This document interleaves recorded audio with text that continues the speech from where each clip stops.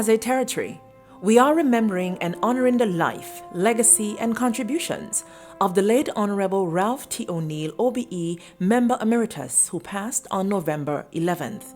He was a teacher, an administrator, and the longest-serving legislator in our Virgin Islands history, who served as Chief Minister, Leader of the Opposition, and the first Premier. And myself became pretty close friends. He reached out to me and made me feel at home in the BVI. Then his turn came to go to Barbados.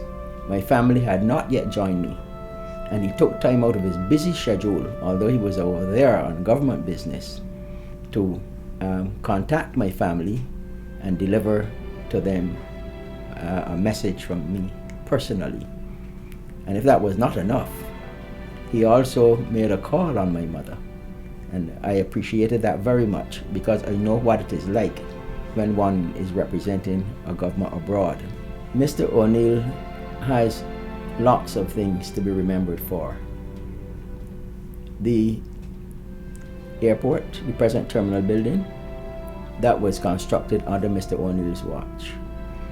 And although Mr. Terence B. Lettsome had retired from politics and was living a private life, he insisted that the airport be named after Mr. Lettsome, and he invited him to come and open it, the terminal building. The new Beef Island Bridge, that was built under Mr. O'Neill's watch. The 4-lane highway in town, that was constructed under Mr. O'Neill's watch. The traffic lights that were installed in Roe Town, they were installed under Mr. O'Neill's watch. He has left a tremendous legacy, and I think that all BV Islanders should be proud of him.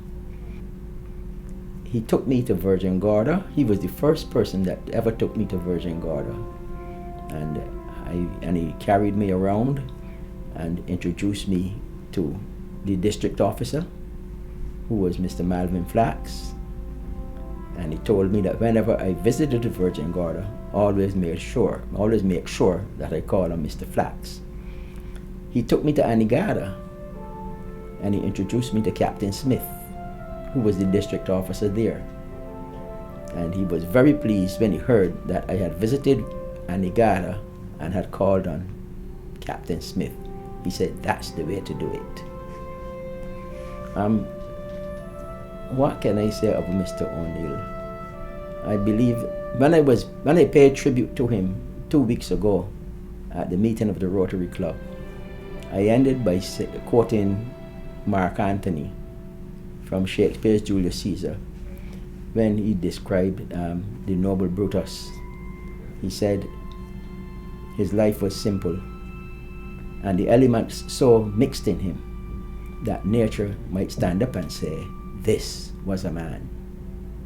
I think that sums up Mr. O'Neill.